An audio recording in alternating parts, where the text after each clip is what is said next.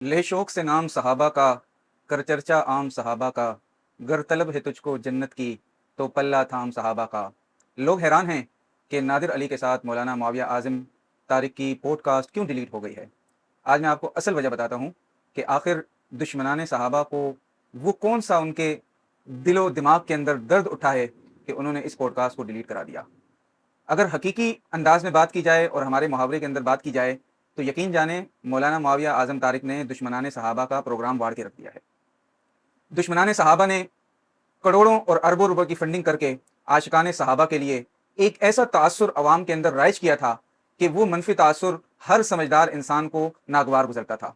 उन्होंने आशिकाने सहाबा के लिए और झंग से उठने वाले काफिले के लिए ये तासुर अवाम के अंदर बनाया हुआ था कि ये लोग तो इंतहाई शिद्दत पसंद हैं, ये लोग बात करने के काबिल नहीं हैं, ये दिमाग से नहीं सोचते हैं, ये सिर्फ जोशीली तकरीरें कर सकते हैं, अकल मंतिक का इनसे कोई वास्ता नहीं है। लेकिन जब मौलाना मुआविया आज़म तारिक ने नादिर अली की पॉडकास्ट में वो तारीखी जुमला कहा, आहा क्या तारीखी जुमला था। मैं समझता हूँ ये कायदीन ने जो सहाबा इकराम के नाम पर कुर्बान हो गए, ये उनकी कुर्बानियों का सदका है कि अल्लाह ताला ने मौलाना मुआविया आज़म तारिक की जुबान पर ऐसा जुमला कहला दिया कि वो कयामत तक दुश्मनाने सहाबा का पीछा करता रहेगा।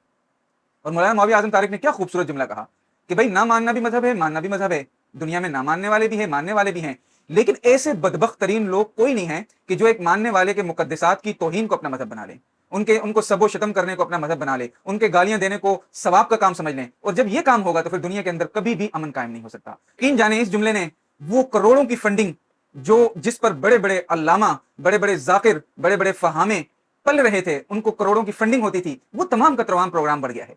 अब इस पॉडकास्ट को तो हटाना था, हुकूमत ने भी हटाना था, उस लाबी ने भी हटाना था, क्योंकि जो लोग इस पॉडकास्ट को सुनेंगे उनके दिमाग में ये बात जरूर आएगी, अगर वो सलीम तबा होगा और अकल फहम रखने वाला इंसान होगा, सोचने समझने की सलाहियत रखता होगा, तो वो जरूर ये सोचेगा कि भाई आखिर दूसरों को गाली देना और दूसरों के मुकद्दसात की तौहीन करना, उन पर सब्बो शतम करना, उनको माँ बहन की गालियां देना, ये कौन सा मजहब है।